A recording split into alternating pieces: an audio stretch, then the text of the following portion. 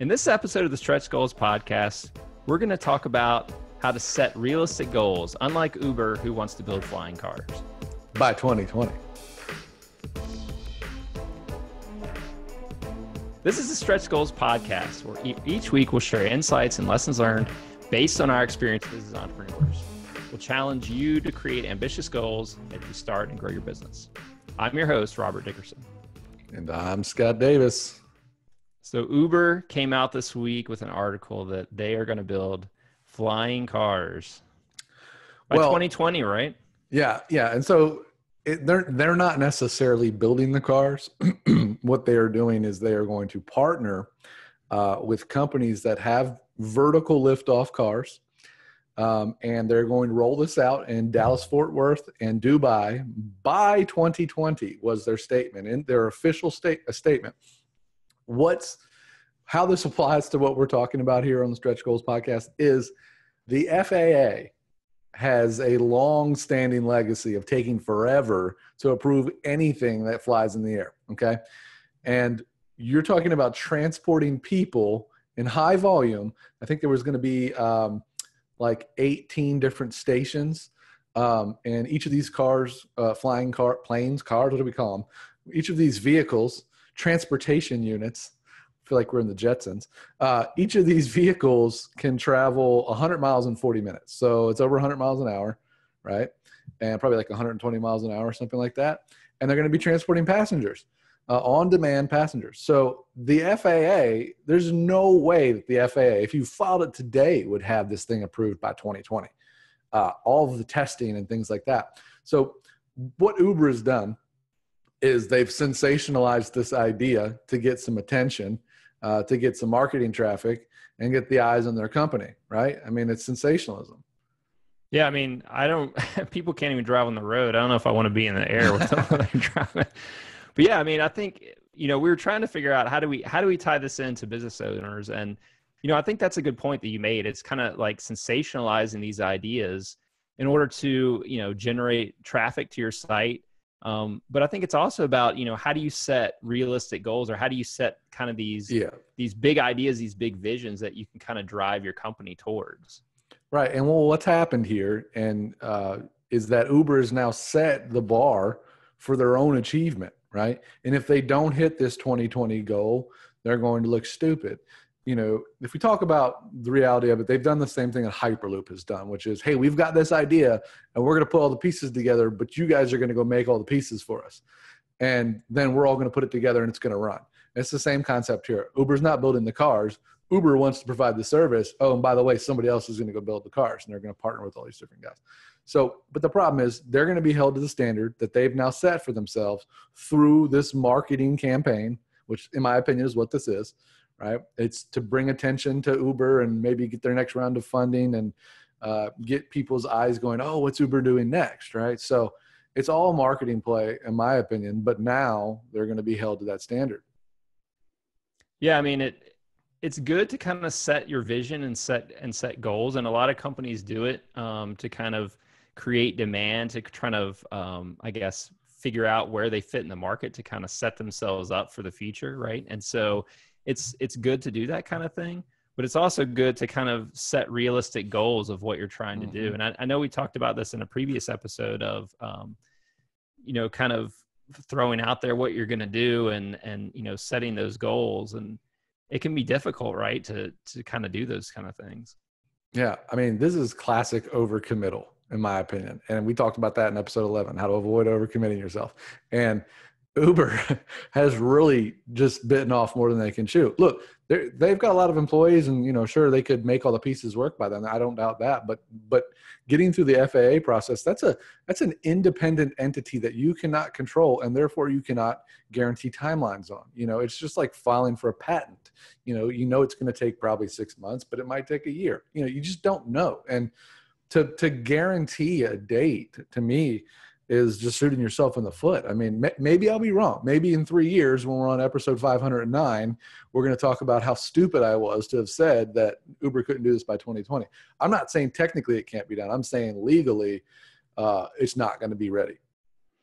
Do you like the idea of coming up with kind of these grandiose ideas and and publicize them. I know in a couple episodes now, we've talked about not thinking about that, you know, and really focusing on like a core MVP, right? And so now we're talking about kind of the opposite of that, which is coming up with this grand idea and throwing it out there to the world. It's the exact opposite. You're right. Yeah. It absolutely is. When I have crazy ideas, this is a crazy idea. When I have crazy ideas, I usually keep them to myself, or I'll tell somebody, "Hey, wouldn't it be cool if we really had the time or the well, if you push your ideas out there, you create a discussion around them, right? And that's what they've done, right?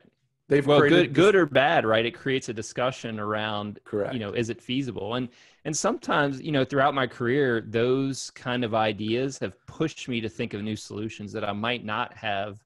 And I've worked with people that really think in that, I guess, like that stratosphere, right? They really think about the larger vision and how you can solve it. And they really push their teams and the people to come up with innovative ideas and approaches. So this can be one way to throw something out there and get people to try to think, you know, outside the box of like, how can we really do this? What is the feasibility of this? How would we actually get there? Sure. But doesn't it make you worry though? Like we're talking about cars that are in the air, which, you know, regular cars, they get in an accident and the car stops. We've got airbags, right? But you don't fall to the ground after you hit something. Okay. So that means we're going to have deployable parachutes, which only work from certain heights, right? So if you're 100 feet up and you hit, you know, a light pole, you're falling to the ground. I mean, there's not much hope for you. So, I mean, that's just being realistic. You know, that's a whole other thing. So what I'm saying is that, yeah, it's, you can challenge these people and let's say they get it done. And let's say the FAA approves it. What shortcuts did you take to get this rolled out by 2020? We don't have any large scale flying cars right now. We've got these vertical takeoff, like pseudo one person helicopter type things, which are great. And we've got some light aircrafts. That's great. And they work well, but they took 20 years to get to market. And now we're going to be there in 3 years and be putting massive amounts of people on these things. I don't know, man. Yeah. I mean, it doesn't seem feasible. I can barely fly my drone. So, I mean, well, and what happened too, like Uber was one of these companies that has launched self-driving vehicles in the last year and spent a lot of time and money on it. Now they're giving up on it to go with flying vehicles. Yeah. I mean, I don't know if how serious they are about this. I mean, I feel like it's just kind of something to drive interest, to drive traffic. I mean, there's been so much negative publicity around Uber lately that, you know, I was just reading another article. They were, you know, they're tracking people and they're trying to fingerprint devices and they're losing money. Not that they're the only company doing that, but I mean, well, it's not too dissimilar from what Donald Trump did, you know, in his campaign. You know, it's these sensational ideas, these marketing ploys to keep the attention on you and keep people wondering what you're going to do next. I think it can be good to get feedback to kind of throw out your idea, your vision, right? Yeah. And we've been talking about kind of testing your vision. So we talked about, you know, your MVP and like the core strategy. And so now we're talking about the opposite, where you take this grand vision and you throw it out there and you kind of see what sticks. You see what feedback that you get from that and use that to try and refine your product and maybe incorporate some of those things and figure out the actual path you need to take without maybe spending a bunch of money trying to get there initially. Yeah. And the difference here is that Uber's so big. And when they make a headline like this, they're going to get people from all over the world saying, hey, I can help with this. Right. And then they break it down into a piece that they own. It's like NASA, right? Like you've got a team that works on this piece and you've got another team that works on this piece. This is the same thing where you're basically outsourcing to the world this idea. And, you know, can that be done in the startup and small business space? Sure, but not on the same scale. You can share your ideas with people and let them help and come in. So yeah, you're right. Sharing your idea gets feedback, it gets validation, and it also maybe gets some people offering to help. There is this big idea now I've seen a lot of where people are creating competitions around all sorts of different concepts and ideas. And I kind of have mixed feelings about it. I actually competed in one of the competitions and submitted a solution. And the reason that I did it was because there was a lot of information that I gained from the competition material, right? So they outlined a problem and they had a lot of research behind the problem. And so I took it as, well, I don't really care if I win, but if I can develop a solution and kind of fit my product into their problem, right? So it's a way to kind of get that problem statement without you having to go out and engage with customers. Sure. So that's the part I like about the competitions. The part I don't like is that when the competition's over, you don't get a lot of feedback, right? You're not connecting with those people to kind of get feedback on your idea. So there's really nothing coming back. And so other than you kind of, having a chance to think about your idea and developing something that you might be able to take to a larger audience, there's really not that feedback there. And so when you're thinking about, kind of throwing out some grandiose idea, if you think about these competitions, if you think about, well, how can I get feedback from this idea? Whether through social media, whether through connections to other people, like you were saying. I mean, there are some benefits there to kind of throw in things out there.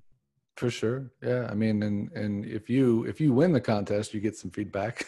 Yeah. But, I mean, and that was, to me, one of the biggest things was that feedback. I mean, I'm always looking to get feedback and to get experiences of other people, to get, of customers, of how they would use it. That's really a critical piece. And so if you think about Uber and them throwing this out there, they're getting some publicity from it, right? Which is probably feedback. A positive thing. And they're getting that feedback, right? Yeah. Even if it's like negative, or even it's like, you're crazy, or whatnot.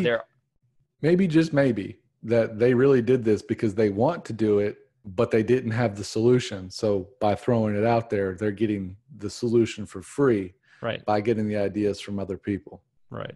So, I mean, so there you have it. Flying cars, flying cars by 2020. Yeah. I'm going to stay on the road. Me too.